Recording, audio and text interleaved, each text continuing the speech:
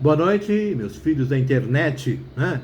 Estamos aqui para falar sobre um livro chamado Os Negadores da Ciência, Galileu e os Negadores da Ciência, de Mário Lívio. Mário Lívio é um cara muito legal, tem vários vídeos sobre ele. E aqui a gente vai falar como é o capítulo número 1 e o capítulo número 2, né? Mas antes de começar, você tem que saber o que é negador da ciência. Todo mundo nega a ciência de uma determinada maneira. Mesmo você atualmente está negando a ciência. Mas como é isso, né? Você me pergunta. Por exemplo, nós vemos o universo pelo sistema decimal, né? Temos 10 dedos.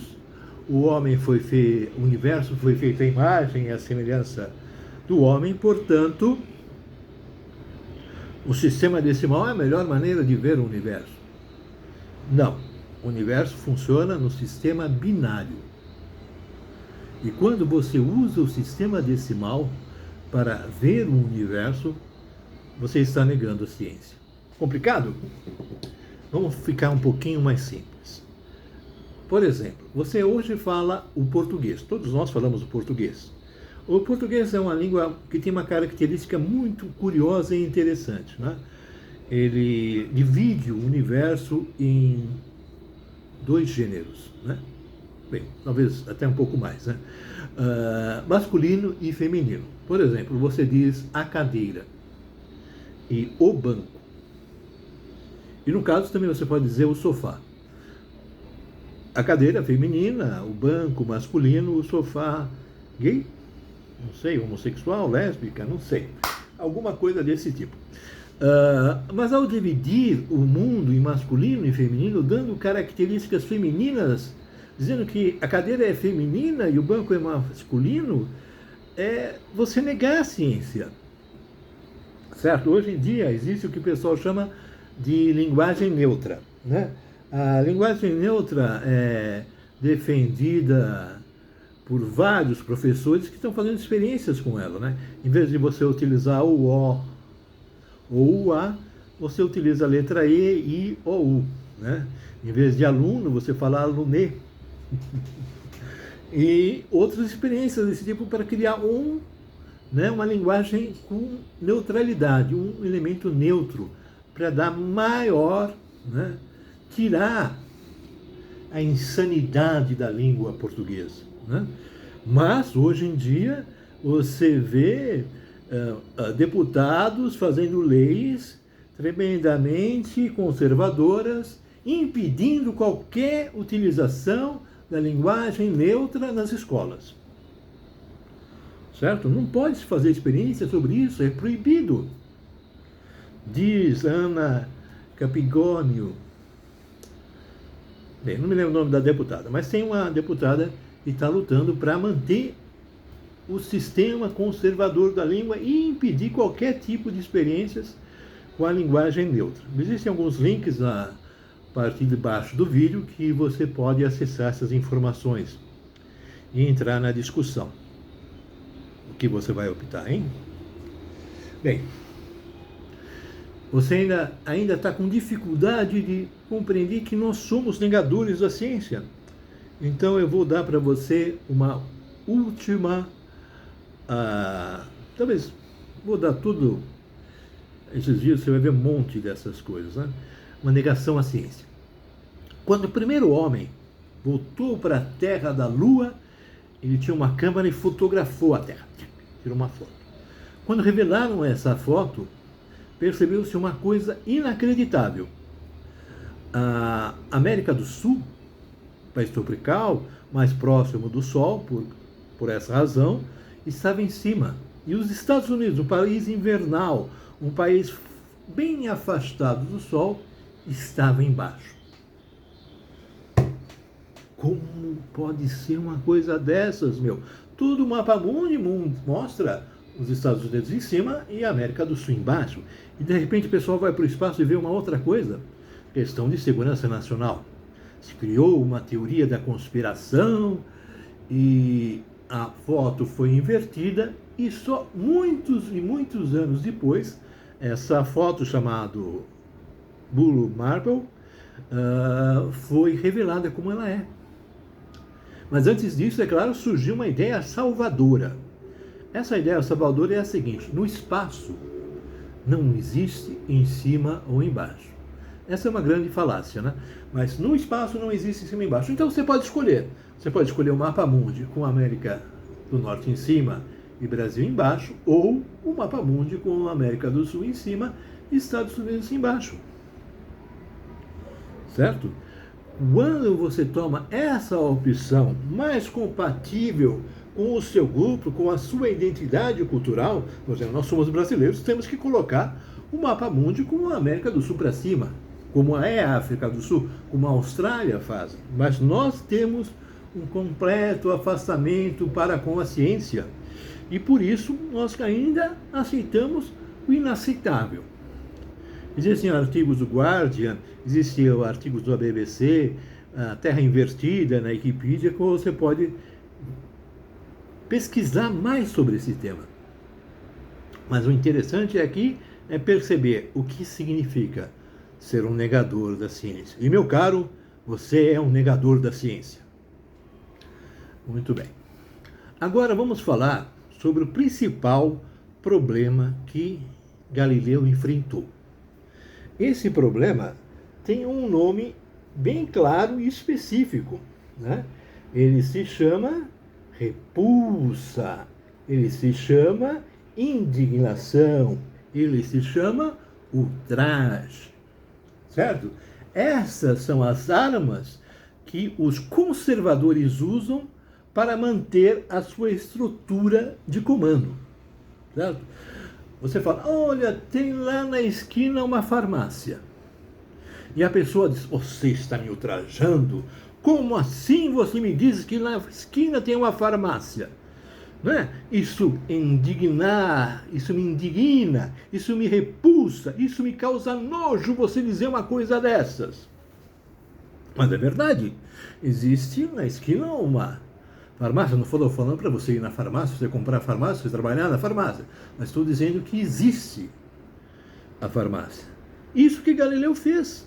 Isso que causou um repudio completo da hierarquia da Igreja Romana. Bem, vamos então contar um pouquinho mais da história para você entender um pouco mais desse capítulo 1 e desse capítulo 2. Antes da Igreja Romana, qualquer pessoa podia falar com Deus.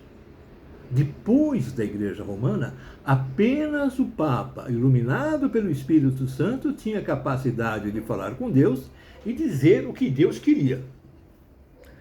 Surgiu a hierarquia. De certo modo, alguns filósofos dizem que a Igreja matou Deus, desde que não existe nenhuma comunicação, nem os papas falam muito sobre falar com Deus. O pessoal vai lá com as dúvidas dele e os papas não têm resposta alguma, apesar de estarem iluminados pelo Espírito Santo. Aqui no capítulo 1, a seguinte afirmação. Nele revelava um homem que possui uma determinação fervorosa, a inteligência e a coragem necessária para apresentar-se como representante do pensamento racional. Observa bem isso, né? Ele defendia uma posição de autoridade. O quê? A igreja defendia uma posição de autoridade. Então, toda vez que você ia contra essa autoridade da igreja, criava-se um problema. E Galileu tinha coragem de enfrentar esse pessoal de forma muito, muito clara.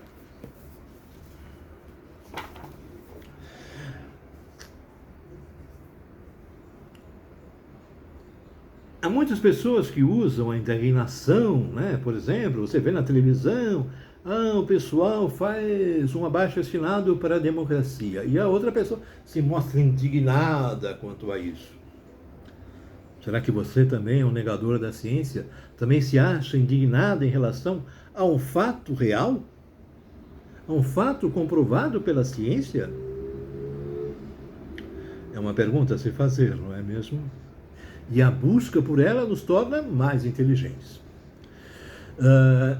Quando a pessoa utiliza essa ferramenta da indignação, repulsa, né?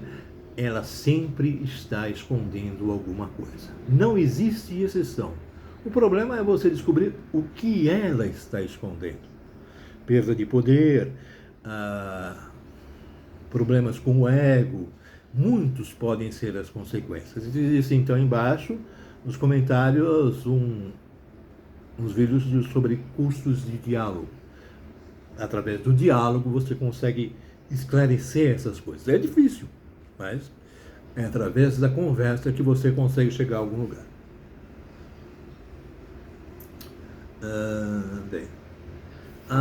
Sim.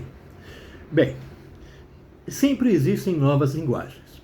Em português, é a linguagem dos humanistas. A matemática é a linguagem dos cientistas. Muitas vezes você pode ser muito apto para falar o português, mas muito inapto para falar a matemática.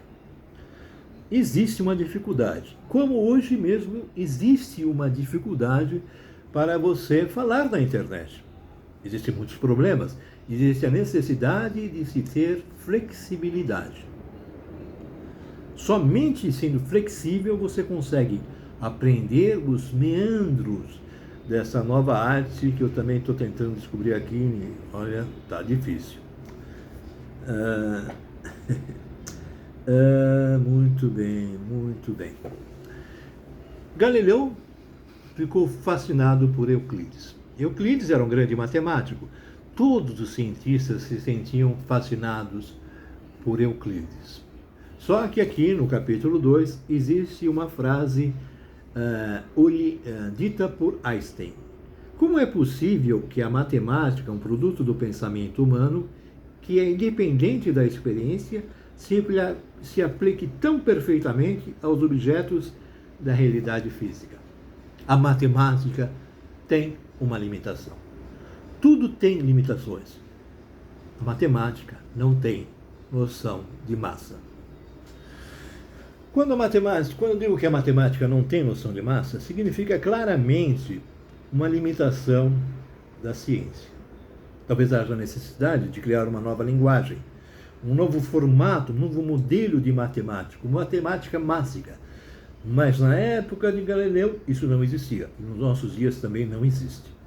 Se procura alguma coisa nesse campo, mas ainda não se teve sucesso.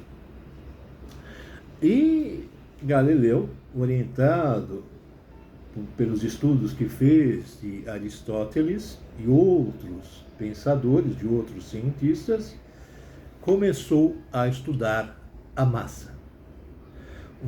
Começou a estudar pêndulos, começou a estudar as diversas relações que existem entre a matéria e o espaço. Algumas dessas experiências deram sucesso, mas você tem que entender que tudo é um caminho a ser construído. Galileu deu o primeiro passo.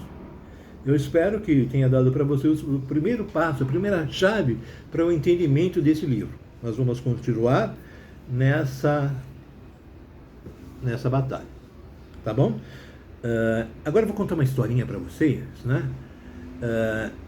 Que pode não parecer que tem nada a ver com o livro em questão. Pode parecer, né? Bem, como eu já disse para vocês, a matemática funciona no sistema binário.